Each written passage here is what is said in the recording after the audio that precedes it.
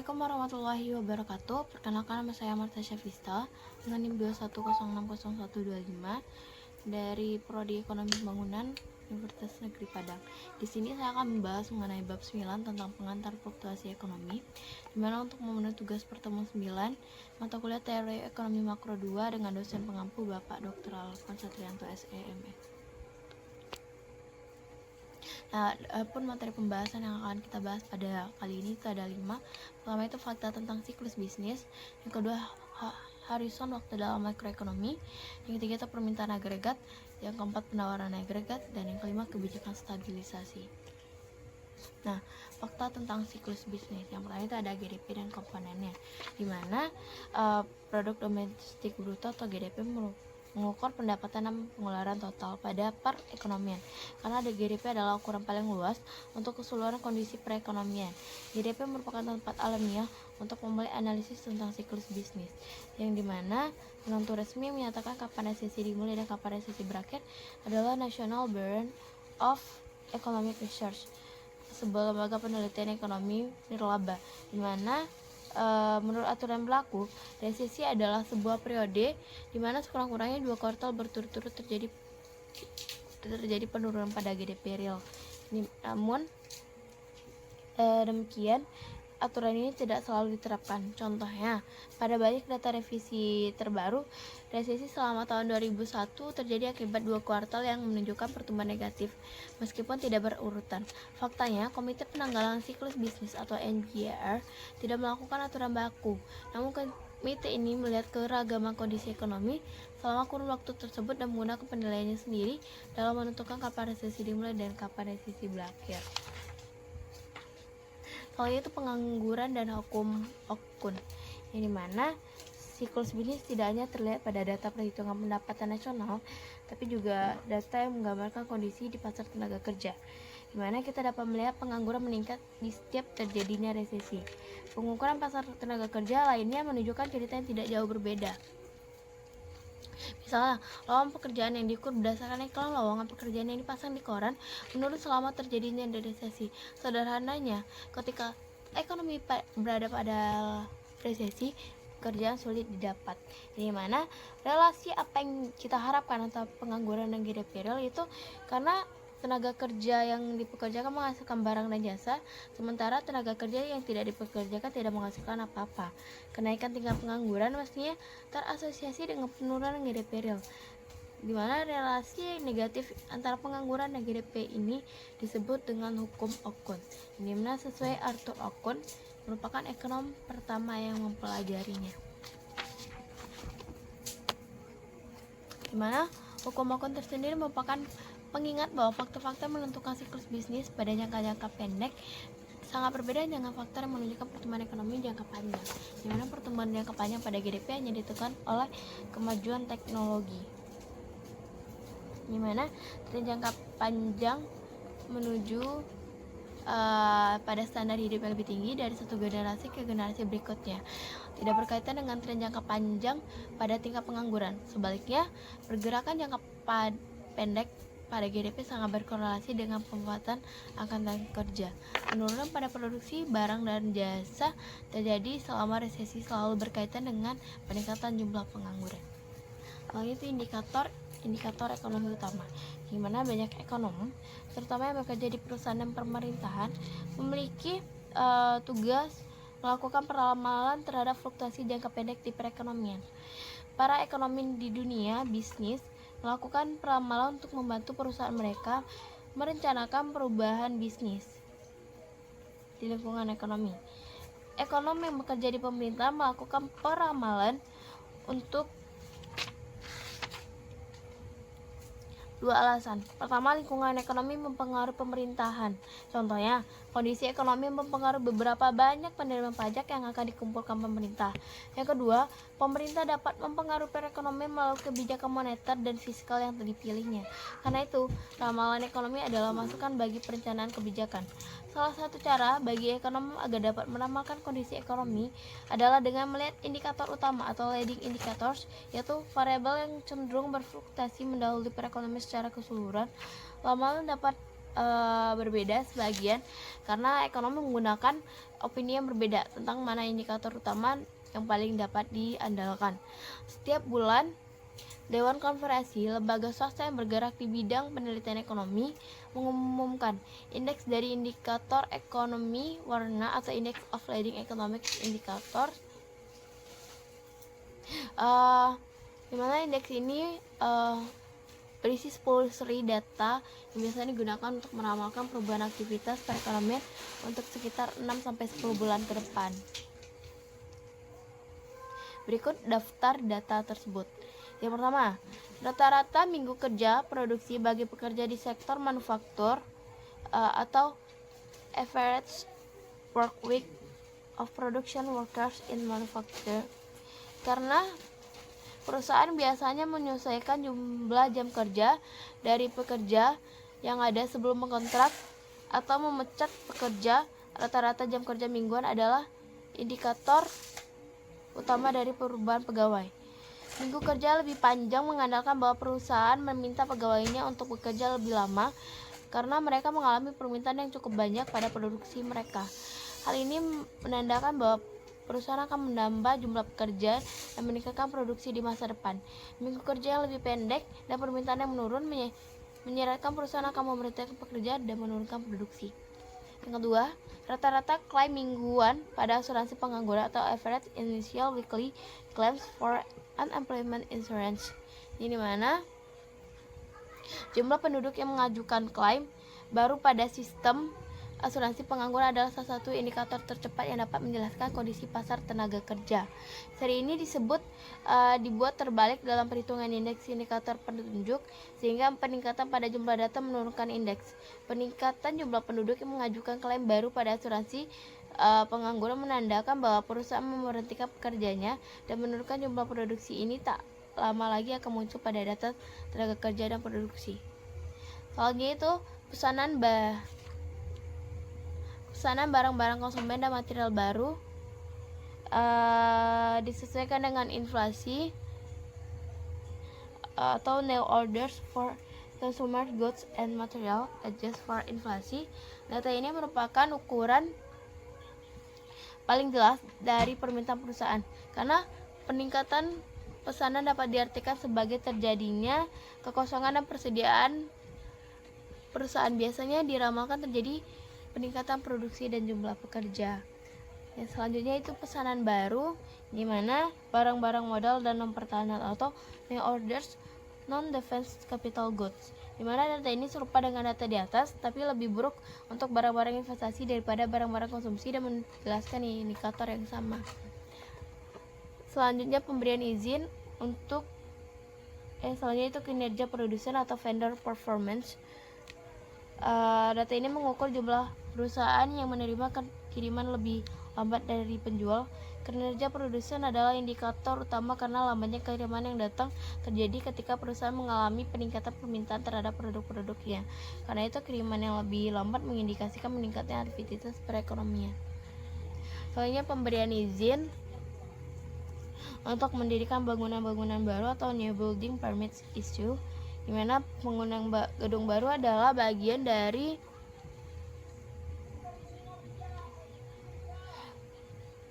investasi komponen yang cukup bergejolak kepada GDP. Peningkatan pemberian izin bangunan berarti bahwa pemilik bangunan merencanakan penambahan jumlah bangunan yang menandakan peningkatan pada perekonomian secara keseluruhan. Selanjutnya itu ada indeks harga saham atau index of stock price, di mana pasar saham mencerminkan ekspektasi masa depan terhadap kondisi perekonomian karena investor pada pasar modal melakukan penawaran harga ketika mereka merasa perusahaan akan mendapatkan keuntungan, di mana peningkatan harga saham menandakan bahwa investor menduga perekonomian akan tumbuh dengan cepat, dan penurunan harga saham menandakan bahwa investor menduga akan terjadi kelesuan pada perekonomian. Selanjutnya jumlah uang beredar atau M2 disesuaikan dengan inflasi, di mana karena jumlah uang beredar berkaitan dengan jumlah belanja total, lebih banyak uang mencerminkan peningkatan belanja, yang selanjutnya berarti peningkatan produksi dan jam dan tenaga kerja. Yang selanjutnya itu ada perbedaan tingkat bunga, itu perbedaan tingkat bunga antara Treasury Notes 10 tahun dan Treasury Bills 3 bulan. Perbedaan ini disebut juga dengan kemiringan dari kurva hasil atau yield curve, yang dimana mencerminkan ekspektasi pasar terhadap tingkat suku bunga di masa depan, dan selanjutnya mencerminkan kondisi perekonomian. Perbedaan yang besar adanya harapan bahwa tingkat bunga akan naik. Ini biasanya terjadi ketika aktivitas perekonomian meningkat. Soalnya itu terakhir ada indeks ekspektasi konsumen atau index of consumer expectation. Data ini menunjukkan pengukuran langsung terhadap ekspektasi berdasarkan survei yang dilakukan oleh pusat penelitian survei Universitas Michigan, di mana meningkatnya optimisme kondisi ekonomi di masa depan di antara konsumen berarti meningkatnya permintaan dan jasa, dan selanjutnya mendorong perusahaan untuk meningkatkan produksi dan tenaga kerja untuk membantu permintaan. Nah, dari indeks indikator petunjuk bukanlah penduga yang 100% tepat terhadap kondisi masa depan, namun merupakan salah satu masukan dalam proses perencanaan baik bagi swasta maupun pemerintahan. Selanjutnya itu ada horizon waktu dalam makroekonomi, yang dimana bagaimana jangka pendek dan jangka panjang berbeda. Nah, sebagian besar ahli makroekonomi percaya bahwa perbedaan penting antara jangka pendek dan jangka panjang adalah perilaku harga, di mana dalam jangka panjang harga bersifat fleksibel dan bisa menanggapi perubahan dalam penawaran atau permintaan. Nah, sedangkan dalam jangka pendek banyak harga yang bersifat kaku pada tingkat yang ditentukan sebelumnya. Nah, karena harga berperilaku secara berbeda dalam jangka pendek dibanding jangka panjang, maka kebijakan ekonomi memiliki dampak yang berbeda pada selang waktu yang berbeda. Selanjutnya dalam jangka pendek, banyak harga tidak menanggapi perubahan kebijakan moneter, di mana pengurangan jumlah uang beredar tidak langsung menyebabkan seluruh perusahaan memotong upah. Semua toko mengubah label harga barangnya, seluruh perusahaan mail order mengeluarkan katalog baru, dan semua restoran mencetak menu baru. Dengan kata lain, hanya terdapat sedikit perubahan langsung dalam banyak harga, atau harga-harga bersifat kaku atau sulit berubah atau sticky. Kekakuan harga jangka pendek ini menunjukkan bahwa dampak jangka pendek dari perubahan jumlah uang beredar tidak sama sebagaimana dampak jangka panjang. Nah, yang B-nya model penawaran agregat dan permintaan agregat, dimana meskipun model penawaran agregat dan permintaan agregat menyerupai model penawaran permintaan untuk barang tunggal, namun analogi ini tidak tepat sama. Model penawaran permintaan untuk barang tunggal hanya memperlihatkan satu barang dalam perekonomian yang besar. Model penawaran agregat dan permintaan agregat adalah model canggih yang melibatkan interaksi di antara banyak pasar. Nah, yang ketiga itu permintaan agregat, hubungan antara jumlah output yang diminta dan tingkat harga agregat. Dengan kata lain, kurva permintaan agregat menyatakan jumlah barang dan jasa yang dibeli orang pada setiap tingkat harga, di mana persamaan kuantitas sebagai permintaan agregat. M per P sama dengan M per P kali D sama dengan K, di mana K sama dengan 1 per V adalah parameter yang menentukan berapa banyak orang yang ingin pegang untuk setiap dolar pendapatan. Dalam bentuk ini persamaan kuantitas yang menyatakan bahwa penawaran dari keseimbangan uang real M atau P sama dengan permintaan atau M atau P kali D, dan bahwa permintaan adalah proporsional terhadap output D. Perputaran uang V adalah sisi lain dari parameter permintaan uang Q. Asumsi perputaran uang konstan sama dengan asumsi bahwa permintaan untuk keseimbangan uang real untuk tiap satuan output adalah konstan. Nah, yang C itu ada pergeseran dalam kurva permintaan, yang dimana jika Fed mengurangi jumlah uang beredar, dimana persamaan kuantitas MV per PY menyatakan bahwa pengurangan jumlah uang beredar menyebabkan pengurangan proporsional dalam nominal output PY. Untuk setiap tingkat harga jumlah output adalah lebih rendah, dan untuk jumlah output beberapa pun tingkat harga adalah lebih rendah. Yang ketiga itu permintaan agregat, di mana mengapa kurva permintaan agregat miring ke bawah. Jika output lebih tinggi, orang-orang terlibat dalam memiliki banyak transaksi dan membutuhkan keseimbangan real yang lebih tinggi, M atau P. Untuk jumlah uang beredar yang tetap M, Keseimbangan real yang lebih tinggi menunjukkan tingkat harga yang lebih rendah. Sebaliknya, jika tingkat harga lebih rendah, keseimbangan uang real lebih tinggi. Tingkat keseimbangan uang real lebih tinggi menyebabkan volume transaksi yang lebih besar, yang berarti jumlah output yang diminta lebih besar. Nah, yang keempat itu ada penawaran agregat, di mana adalah hubungan antara jumlah dan barang yang ditawarkan dan tingkat harga karena perusahaan menawarkan barang dan jasa memiliki harga yang fleksibel dalam jangka panjang, tapi harga yang kaku dalam jangka pendek. Hubungan penawaran agregat bergantung pada horizon waktu, yang dimana jangka panjang kurva penawaran agregat vertikal. Dimana menurut model klasik, output tidak bergantung pada tingkat harga untuk menunjukkan bahwa output sama untuk semua tingkat harga. Nah, kita gambar kurva penawaran agregat vertikal. Pada jangka panjang, perpotongan antara kurva permintaan agregat dan kurva penawaran agregat vertikal menentukan tingkat harga. Perekonomian bergerak dari perpotongan penawaran agregat dan permintaan agregat lama, titik A, ke perpotongan baru, titik B, di mana pergeseran dalam permintaan agregat hanya mempengaruhi harga.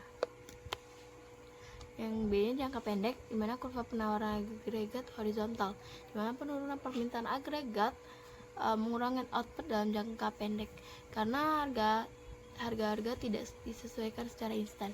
Setelah penurunan tiba-tiba dalam permintaan agregat, perusahaan tertahan dengan harga yang terlalu tinggi. Dengan permintaan rendah dan harga tinggi, perusahaan menjual lebih sedikit produk sehingga mengurangi produksi dan memecat pekerja. Perekonomian mengalami resesi. Nah, dari jangka panjang ke jangka pendek, anggaplah bahwa Fed mengurangi jumlah uang beredar dan kurva permintaan agregat bergeser ke bawah. Dalam jangka pendek, harga adalah kaku, sehingga perekonomian bergerak dari titik A ke titik B. Output dan kesempatan kerja turun di bawah tingkat alamiah, berarti perekonomian mengalami resesi. Selama itu dalam menanggapi permintaan yang rendah, upah dan harga turun. Nah, penurunan tingkat harga yang berangsur-angsur ini menggeserkan perekonomian ke bawah sepanjang kurva permintaan agregat ke titik C, yang merupakan equilibrium jangka panjang yang baru. Pada equilibrium jangka panjang yang baru itu, titik C, output dan kesempatan kerja kembali ke tingkat alamiah, tetapi harga menjadi lebih rendah dibandingkan dalam equilibrium jangka panjang lama atau titik A. Nah, jadi pergeseran permintaan agregat mempengaruhi output dalam jangka pendek, tapi pengaruh ini berkurang sepanjang waktu ketika perusahaan menyesuaikan harga-harganya. Nah, yang kelima itu terakhir itu ada kebijakan stabilisasi, di mana para ekonom menyebut perubahan eksogen dalam kurva ini sebagai guncangan atau shock terhadap perekonomian. Guncangan yang menggeser kurva permintaan agregat disebut guncangan permintaan atau demand shock. Nah, guncangan menggeser kurva penawaran agregat disebut dengan guncangan penawaran atau supply shock. Nah, guncangan ini mengurangi kesejahteraan ekonomi dengan mendorong output dan kesempatan kerja jauh lebih dari tingkat alamiah. Nah, salah satu tujuan dari model penawaran agregat dan permintaan agregat adalah menunjukkan bagaimana guncangan menyebabkan fluktuasi ekonomi. Nah, yang pertama itu ada guncangan pada permintaan agregat. Jika jumlah uang beredar tetap konstan, maka kenaikan perputaran menyebabkan pelonggaran nominal meningkat dan kurva permintaan agregat bergeser ke kanan. Nah, dalam jangka pendek, kenaikan permintaan meningkatkan output perekonomian yang menyebabkan perekonomian mengalami booming. Dengan harga lama, perusahaan sekarang menjual lebih banyak output. Karena itu, perusahaan mempekerjakan lebih banyak pekerja, meminta para pekerja untuk lembur dan menggenjot penggunaan pabrik serta peralatan mereka, di mana Fed bisa mengurangi atau bahkan menghilangkan dampak guncangan permintaan terhadap output dan kesempatan kerja jika Fed mampu mengendalikan jumlah uang beredar secara profesional. Nah, di mana guncangan pada penawaran agregat, di mana guncangan yang penawaran adalah guncangan pada perekonomian bisa mengubah biaya produksi barang setelah jasa dan akibatnya mempengaruhi harga yang dibebankan perusahaan pada konsumen. Contoh, kenaikan harga agresivitas serikat pekerja ini mendorong kenaikan upah dan harga barang yang diproduksi oleh pekerja serikat pekerja. Organisasi kartel minyak internasional dengan membatasi persaingan produksi minyak utama bisa meningkatkan harga minyak dunia. Membuat kebijakan yang mengendalikan permintaan agregat seperti Bank Sentral atau US atau Fed memiliki pilihan sulit di antara dua opsi. Opsi pertama yang disajikan secara implisit adalah mempertahankan permintaan agregat konstan. Dalam kasus ini, output dengan kesempatan kerja lebih rendah dari tingkat alamiah secara bertahap. Harga akan turun untuk mencapai full employment pada tingkat harga lama atau titik A, tapi akibat dari prosesnya adalah resesi yang parah. Nah, opsi kedua adalah memperluas permintaan agregat untuk membawa perekonomian ke arah tingkat alamiah secara lebih cepat. Jika kenaikan permintaan agregat bersama dengan goncangan penawaran agregat, perekonomian akan segera bergerak dari titik A ke titik C. Dalam hal ini, Fed dikata mengakomodasi guncangan penawaran. Tidak ada jalan untuk menyesuaikan permintaan agregat, baik untuk mempertahankan job employment maupun mempertahankan tingkat harga stabil. Nah, sekian presentasi dari saya. Banyak kurangnya mohon dimaafkan. Wabillahi taufiq wal hidayah. Assalamualaikum warahmatullahi wabarakatuh.